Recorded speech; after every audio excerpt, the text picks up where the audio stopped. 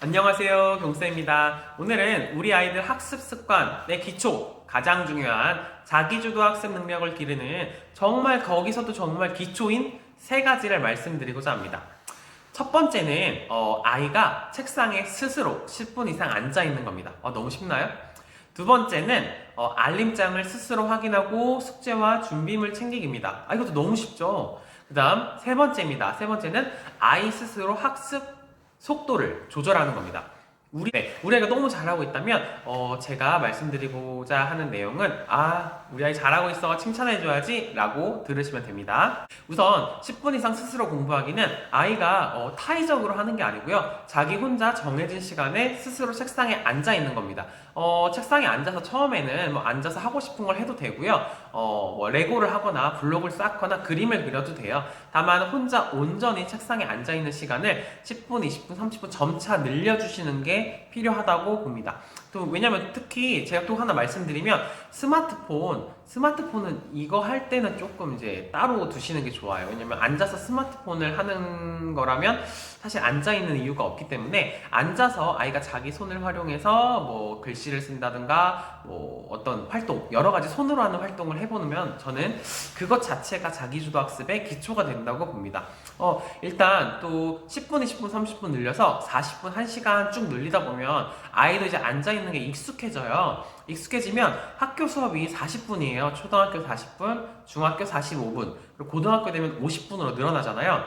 이런 패턴을 아이가 점점 책상에 앉아있는 게 아무렇지도 않게 되면 아이가 학교에서 수업 시간에 집중해서 듣는데도 굉장히 큰 도움이 됩니다. 그리고 또 아이가 혼자 앉아있다 보면 혼자서 스스로 다양한 학습 방법도 탐구하게 되고요, 혼자서 무언가를 깊게 생각하는 연습이 저절로 될 수 있습니다. 그 다음 제가 말씀드린 두 번째는 알림장을 스스로 확인하고 숙제와 준비물 챙기기입니다. 자기주도 학습은 사소한 것에서 시작되는데요, 아이가 학교에서 끝나고 돌아오면 바로 알림장을 확인하는 습관이 굉장히 중요합니다. 아이들 같은 경우에 알림장 확인 안 했어요 이런 아이들도 있고, 아니면 부모님이 대신 확인해 주는 경우도 많은데요, 아이가 자기가 쓰고 자기가 숙제하고 자기가 검사를 맡아야 되는데 이걸 스스로 하는 게 정말 자기주도 학습, 자기 책임감을 기르는데 정말 많은 도움이 되거든요. 그래서 저는 여러 가지 정말 많은 공부를 하고 문제집을 많이 풀고 학교 복습도 많이 하는 것도 좋지만, 알림장을 스스로 확인해서 숙제 이게 있구나, 이 숙제를 어떻게 할까 아이가 고민해서 스스로 책상에 앉아서 이어나갈 수 있다면 저는 그건 정말 자기주도 학습에서 이미 50점이라고 할까요? 네, 50점을 획득했다라고 저는 말씀드릴 수 있을 것 같습니다. 꼭 우리 아이랑 습관을 만들어 보세요. 그 다음 세 번째로는 학습 속도 조절하기입니다. 학습 속도 조절? 잘 정확하게 바로 듣자마자 이해하시기 쉽지 않으실 텐데요, 이거는 아이들 과제가 보통 예를 들어 수학책 세 쪽 풀기, 예를 들어 이런 숙제가 있으면 아이들은 금방 푸는 아이들은 또 금방 풀고 천천히 푸는 아이들은 또 천천히 풀어요. 이런 그 할당량 과제에서 벗어나서 아이가 30분 동안 한 문제를 풀어도 좋고 30분 동안 두 문제를 풀어도 좋다라고 접근을 해보시는 것도 저는 의미가 있다고 생각을 합니다.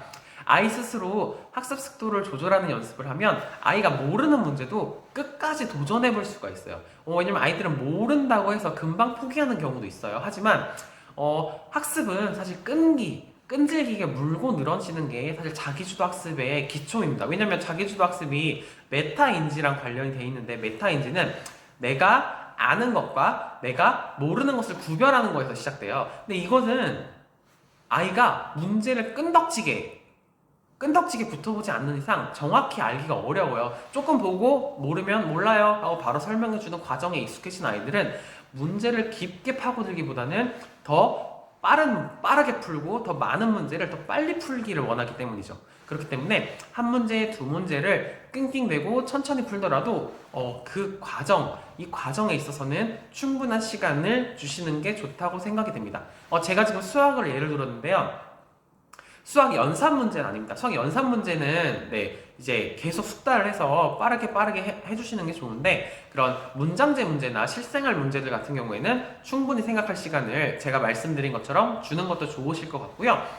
이거와 관련이 있는 게뭐 국어책 있잖아요. 그런 동화책도 뭐 너무 늦게 읽는다고 너무 걱정 마시고 아이가 한글을 정확히 이해를 못해서 오래 걸리는 게 아니라면 충분한 시간을 주시고 그리고 한 번 읽고 두 번 읽고 세 번 읽어도 좋으니 정확히 정해진 시간까지 한번 책을 읽어보자 라는 식으로 접근을 해보시면 좋을 것 같습니다.